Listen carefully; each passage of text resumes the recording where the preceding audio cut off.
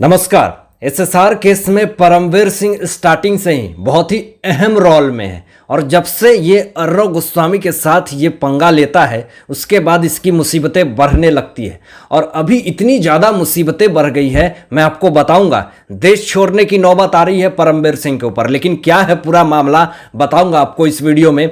सबसे पहले आपको ये बता दूं कि जिस तरीके से इनको होम गार्ड, जिस तरह से इनको पद से हटा करके पुलिस कमिश्नर से इनको होम गार्ड बना दिया जाता है, तब इनको लगता है कि अब मैं क्या करूं। आपको बता दूं कि राजनीति में कोई किसी का नहीं होता। इन्होंने पूरी तरह से जो गृह मंत्री हैं अनिल देशमुख, इनके ऊपर पूरी तरह से 100 करोड़ का वसूली कांड का जिस तरीके से आरोप लगाया, उस तरीके से ये आरोप अब थमने का नाम नहीं ले रहा है। कभी अनिल देशमुख भाग रहे हैं तो कभी परमवीर सिंह के ऊपर गाछ गिर रही है। लेकिन इस बार जो सबसे बड़ा आरोप लगा है परमवीर सिंह के ऊपर, भी बहुत तरह के लोग बहुत तरह के बात कह रहे हैं कि अगर कोई भी गृह मंत्री देश का अगर आपको 100 करोड़ की वसूली के लिए कहेगा तो आप चुपचाप कहेंगे कि हां मैं चलो कर लेता हूं 100 करोड़ की वसूली कांड। तो आप क्या उस वक्त आप पद में थे, आपका अधिकार था, आप उस वक्त बहुत तरह के केसेस कर सकते थे उनके ऊपर, लेकिन आप भी इसमें पूरी तरह से सम्मिलित थे, जिस कारण से आपने कुछ नहीं कहा। और जब आपको यहां से भगाया गया होम गार्ड के नौकरी के लिए, तब आप आज मुंह खोल रहे हैं।